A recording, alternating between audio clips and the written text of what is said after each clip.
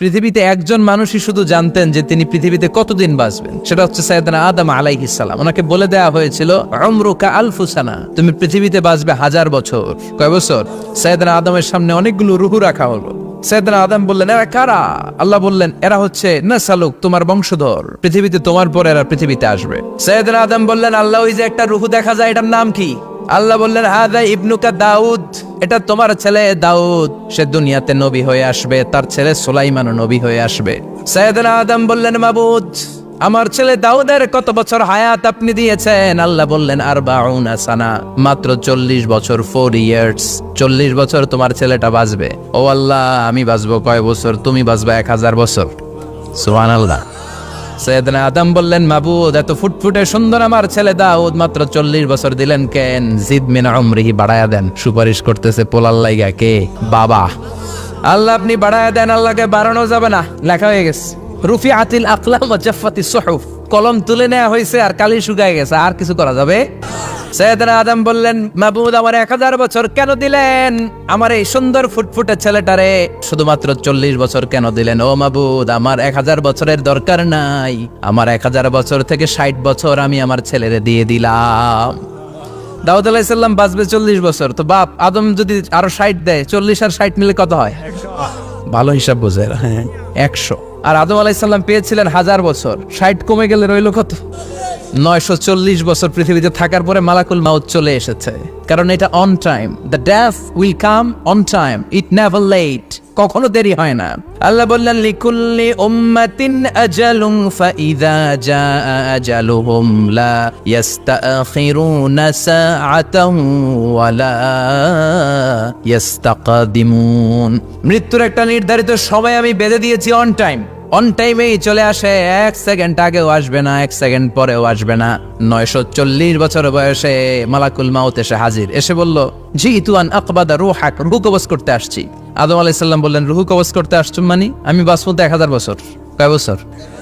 মালাকুল মাউত বললেন, না না, ওই যে আগের কথা স্মরণ করেন, আপনি 60 বছর দিয়া দিছিলেন। কয় না, আমি দেই নাই, আমি আরো বাঁচুম, আরো 60 বছর পাওনা আছি, আমি দেই নাই। মালাকুল মাউত বললেন, আপনি দিয়েছেন। আদম বলে, দেই নাই। মালাকুল মাউত বলে, আল্লাহ ঘটনা দেখেন, দিয়া কয় দেই নাই। আল্লাহ কয়, থাক, কথা কইস না, আয়া পর।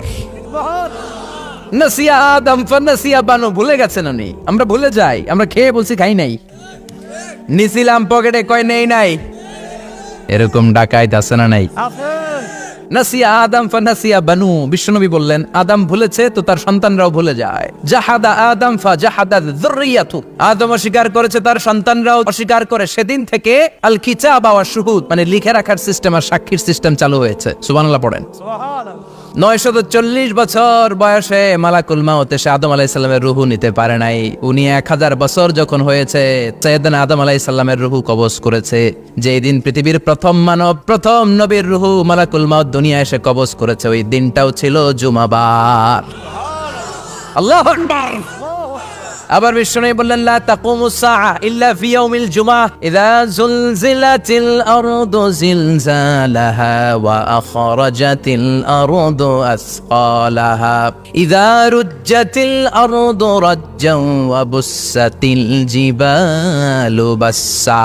কিয়ামতের দিন পৃথিবীটাকে একটা প্রকম্পন দিয়ে কাঁপিয়ে দিবে কে? মারাত্মক একটা ঝাঁকুনি দিবে আল্লাহ, পুরো পৃথিবীটা কেঁপে ভেঙে চুরে খান খান হয়ে যাবে। এই ঝাঁকুনি আর আর্থকোয়েক, ভূমিকম্প এর ঘটনাটা যেদিন ঘটবে, ওই দিনটাও হচ্ছে জুমার দিন। কারণ দিন নয়, ফিহি খালাকাল্লাহু আদম, এই জুমার দিনে আল্লাহ তাআলা সাইয়েদনা আদম আলাইহিস সালামকে তৈরি করেছে। বিশ্বনবী বলেন, লাম্মা খালাকাল্লাহু আদম ওয়া কানা তুলুহু 60 যিরাআন, আল্লাহ তাআলা যখন আদম আলাইহিস সালামকে তৈরি করলেন, 60 হাত লম্বা করে তৈরি করলেন। আর আমরাও যারা জান্নাতে ঢুকবো, আমাদের আকৃতি থাকবে 60 হাত লম্বা। আল্লাহ সাইয়েদনা আদমকে তৈরি করলেন এই জুমার দিনে। আবার সাইয়েদনা আদম আলাইহিস সালামকে পৃথিবীর বুকে তিনি পাঠিয়ে দিয়েছিলেন এই জুমার দিনে। সুবহানাল্লাহ। কুল নাহবিতু মিনহা জামিআ, O Adam, go down with your wife, তোমার স্ত্রী হাওয়াকে নিয়ে পৃথিবীতে নামো। সাইয়েদনা আদম আলাইহিস সালামকে আল্লাহ তাআলা পাঠিয়েছিলেন শ্রীলঙ্কার একটা পাহাড়ে, অ্যাডামস পিক। ওখানে ঐতিহাসিকভাবে প্রমাণিত, এটা হাদিসে নেই, কুতুবুত তারিখে এসেছে। শ্রীলঙ্কায় একটা পাহাড় আছে, কলম্বো থেকে অনেক দূর। ওই পাহাড়ের চূড়ায় সাইয়েদনা আদম আলাইহিস সালামের ফুটপ্রিন্ট আছে। ফুটপ্রিন্ট মানে পায়ের ছাপ। সুবহানাল্লাহ পড়ো। এটারে বলে ফিঙ্গারপ্রিন্ট। এটারে কি বলে?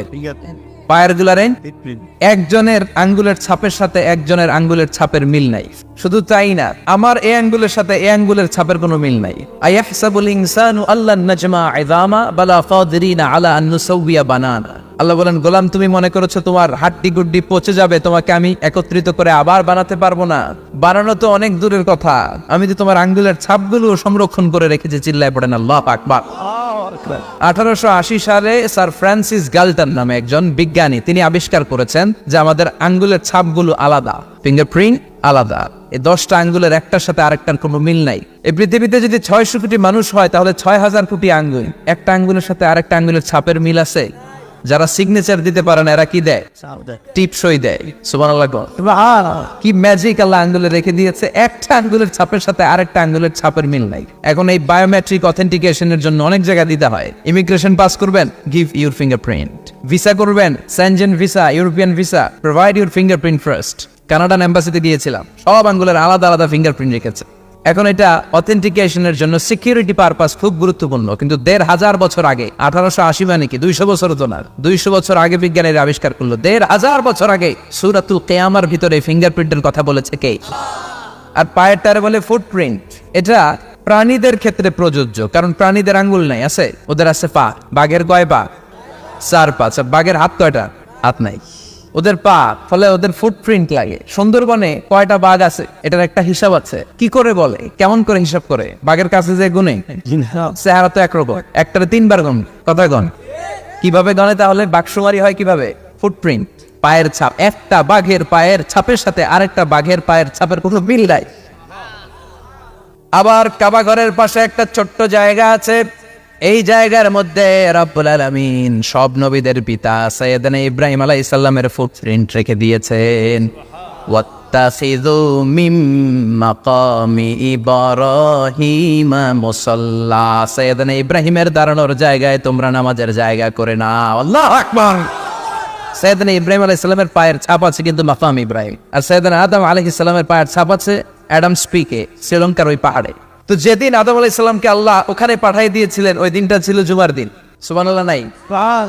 এরপরে সাইয়েদনা আদমকে পাঠানো হলো শ্রীলঙ্কায়, সাইয়্যিদাতুনা হাওয়া আলাইহিস সালামকে পাঠিয়ে দেয়া হলো সৌদি আরবের জেদ্দা শহরে। আরবিতে জেদ্দা বা জাদ্দা মানে দাদি, জেদ্দাতুন বা জাদ্দাতুন মানে কি? দাদি।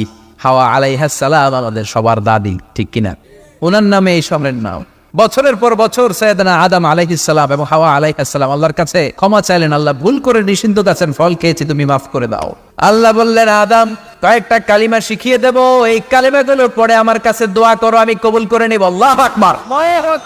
আল্লাহ শিখিয়ে দিলেন আর বললেন, আদম পড়ো, রাব্বানা যালামনা আনফুসানা ওয়া ইল্লাম তাগফির লানা ওয়া তারহামনা লানাকুনান্না মিনাল খাসিরিন। ও আল্লাহ, জুলুম করেছি নাফসের উপর, ভুল করেছি, অন্যায় করেছি, আপনি যদি ক্ষমা না করে দেন আমরা শেষ হয়ে যাব, আমরা হালাক হয়ে যাব, ক্ষতিগ্রস্তদের মধ্যে শামিল হয়ে যাব, ঠিক কিনা?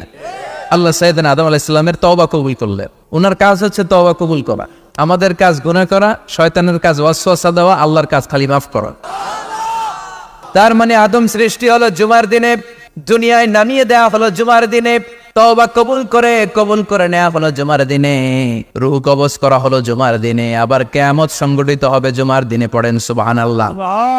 আবার বিশ্বনবী বললেন, আর রমাদান ইলা রমাদান, এক রমজান থেকে আরেক রমজানের মাঝখানে যত গুনাহ হয় মাফ করে কে? তারপরে বিশ্বনবী বললেন, আল উমরাতু ইলাল উমরাহ, কেউ যদি একবার উমরা করে পরে আবার করলে 2 উমরার মাঝখানে গুনাহগুলো মাফ করে দেয় কে? আবার বিশ্বনবী বললেন, আল জুমআতু ইলাল জুমআ কাফফারাতুন লিমা বাইনাহুমা, এক জুমার পর থেকে সামনের জুমা আসা পর্যন্ত যে সগীরা গুনাহগুলো হয় সবগুলো সগীরা গুনাহ মাফ করে দেয় কে? সারা সপ্তাহে ভুল ত্রুটি অন্যায় যা করলাম জুমার নামাজের বদৌলতে সব গুনাহ মাফ করে দেয় কে? এই দামি দিনটাকে আল্লাহ ইহুদিদের দিতে চেয়েছিলেন, পায় নাই। আলহামদুলিল্লাহ করবেন না? আলহামদুলিল্লাহ। ইখতিলাফু, তারা ইখতিলাফ করে হারাইছে এটা। এই দামি দিনটা রব্বুল আলামিন নাসারাদেরকে দিতে চেয়েছিলেন, ফাখতালাফু, ওরাও ইখতিলাফ করে হারাইছে। এজন্য ইখতিলাফ ভালো জিনিস না খারাপ জিনিস? ইহুদিদেরকে আল্লাহ দিতে চাইলেন, ইখতিলাফ করে হারাইছে, নাসারারাও হারাইছে। ফাজা আল্লাহু বিনা ফাহাদানা বিহাদা দ্বীন, রব্বুল আলামিন এই দিনটা আমাদেরকে দিলেন, আমরা ইখতিলাফ করি নাই, বিশ্বনবীর হাতে হাত রেখে ঐক্য করে ঘোষণা দিয়েছি জুমার দিন আমাদের সাপ্তাহিক দিন। সুবহানাল্লাহ। বিশ্বনবী বলেন ফাগাদান লিল ইয়াহুদ, সাপ্তাহিক আনন্দের দিন ইহুদিদের জন্য হচ্ছে শনিবার, ইয়াউমুস সাbt, ও বাদা গাদ লিন নাসারা, আর খ্রিস্টানদের জন্য হচ্ছে রবিবার, আর আমাদের জন্য হচ্ছে শুক্রবার। চিল্লায় পড়েন আল্লাহু আকবার। তার মানে জুমার দিন, জুমাবারের মর্যাদা বেশি না কম? চিল্লায় বলেন বেশি না কম? জুমার দিন সকালবেলা ফজরের নামাজের পর থেকে ফেরেশতারা যতগুলো মসজিদে জুমা অনুষ্ঠিত হয় ওই মসজিদে ঢোকার প্রতিটা দরজার মধ্যে দাঁড়িয়ে থাকে। কারা কারা আগে আগে জুমার নামাজ পড়ার জন্য মসজিদে যায়, প্রত্যেকের নামগুলো একটা জান্নাতের রেজিস্ট্রি খাতার মধ্যে তুলে নেয়। এই নামগুলো স্পেশালি আল্লাহর কাছে পাঠানোর জন্য। ডানে বাঁয়ে সামনে পেছনে যতগুলো দরজা, প্রতিটা দরজায় ফেরেশতারা বসে থাকে। কে আগে আসলো নাম তুলে দেয়। তুলতে তুলতে তুলতে তুলতে খতিব সাহেব যখন খুতবা দেওয়ার জন্য মিম্বারে যেয়ে বসে যায়, ফেরেশতারা তাদের খাতা বন্ধ করে তারাও খতিব সাহেবের সামনে জুমার খুতবা শোনার জন্য বসে যায়। পড়েন সুবহানাল্লাহ। প্রথম জুমার দিন জুমার মসজিদে যে ঢুকবে, বিশ্বনবী বললেন আল্লাহর রাস্তায় একটা উট কুরবানি দিলে যেই সওয়াব, এই সওয়াব আল্লাহ আমলনামায় দিয়ে দেয়। দ্বিতীয় পর্যায়ে যে ঢুকে, বিশ্বনবী বললেন বাকারা, গরু কুরবানির সওয়াব পায়। 3 নম্বরে যে ঢুকবে, বিশ্বনবী বললেন কাবশা, হাদিসের ভাষায় এসেছে আল কাবাস, কাবাস মানে হলো বকরি, বকরি কুরবানির সওয়াব। 4 নম্বরে যে ঢুকবে তার হচ্ছে দাজাজা, দাজাজা মানে মুরগি। 5 নম্বরে যে ঢুকবে, বিশ্বনবী বললেন বাইদা, নোয়াখালীরা কয় বয়দা, আমরা কই আন্ডা, কুমিল্লায় কই ডিম। আছে না নাই? এক দেশের কত ভাষা, এক দেশের গালি আরেক দেশের বলি। আমরা বলি ছেলে, কুষ্টিয়ায় বলে পুত্র, আরেক জায়গায় গেলে বলে হুত, আরেক জায়গায় গেলে বলে ফোয়া। আছে না নাই? এক এলাকায় বলে বেটা ছেলে, ছেলেদেরকে বেটা ছেলে, মরদ ফোয়া, মরদ ফোয়া হইতে না, মরদ ফোয়া হবে। আহা, কি ভাষার বৈশিষ্ট্য। তো যেটা আমরা বলি ডিম, কোথাও বলে আন্ডা, কোথাও বলে বয়দা। তো এই বয়দা আল্লাহর রাস্তায় দান করে দিলে যেই সওয়াব, পঞ্চম ব্যক্তি ওই সওয়াব পাবে। এই 5 জনের পরে আর লেখালেখি নাই, বাকিদেরটা নরমাল এন্ট্রি করে সব ফেরেশতারা খুতবা শোনার জন্য বসে যায়। সুবহানাল্লাহ।